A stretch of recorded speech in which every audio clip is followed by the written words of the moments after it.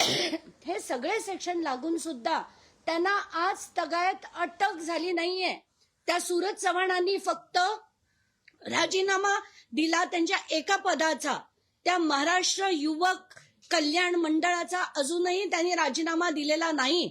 आणि राजीनामे सोडा, आता यांच्यावर कारवाई झाली पाहिजे।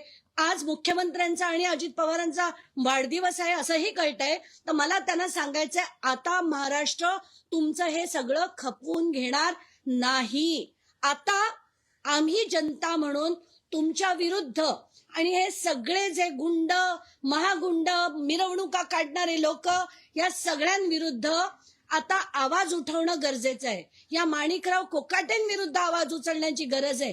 कारण कृषी मंत्री असताना त्यांनी एकदा ते विधान केलं होतं, कृषी मंत्री पद म्हणजे ओसाडगावची पाटीलकी, म्हणजे त्यांना जर मलई खाता येत नाही म्हणून जर त्यांनी असं विधान केलं असेल तर हा माणूस त्या पदाचा त्या पात्रतेचाच नाही, त्याचा राजीनामा हा झालाच पाहिजे।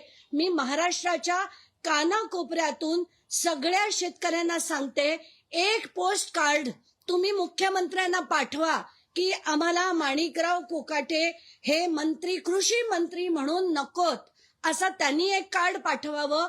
आणि दुसरं कार्ड शेतकऱ्यांनी पण पाठवावं, सामान्य जनतेने पण पाठवावं की आम्हाला मारामारी करणारे, गुन्हेगारी प्रवृत्तीचे असे विधान भवनात मारामारी करणारे, मारामारी केल्यानंतर त्यांच्या मिरवणुका काढणारे असे लोक नकोत। यापुढे राजकारणाला सुधरा, आम्हाला महाराष्ट्रात हे गलिच्छ राजकारण, गुन्हेगारीचं राजकारण यापुढे नको, असं लोकांनी एक ठणकवून एक पत्र हे सगळ्यांनी मुख्यमंत्र्यांकडे पाठवावं। त्याची सुरुवात आजपासून करावी आणि येत्या 8 दिवसाच्या आत प्रत्येकाला मी माझ्या ट्विटर हँडलवर ते टाकणार आहे। तो मजकूर प्रत्येक माणसाने, ज्याला महाराष्ट्राबद्दल अभिमान आहे, ज्याला मराठी भाषेचा अभिमान आहे, ज्यांना छत्रपतींचा अभिमान आहे आणि महाराष्ट्र पुन्हा घडवण्याची इच्छा आहे, त्या प्रत्येक व्यक्तींनी आता या राजकारण्यांना ठणकवून सांगायला पाहिजे की आम्हाला असं गलिच्छ राजकारण यापुढे नको, हे राजकारण आता बदला, नाहीतर आम्ही तुम्हाला बदलू, असं ठणकवून मेसेज हा प्रत्येक माणसानी, शेतकऱ्यांनी, सामान्य माणसानी येत्या एका आठवड्यात पाठवावा।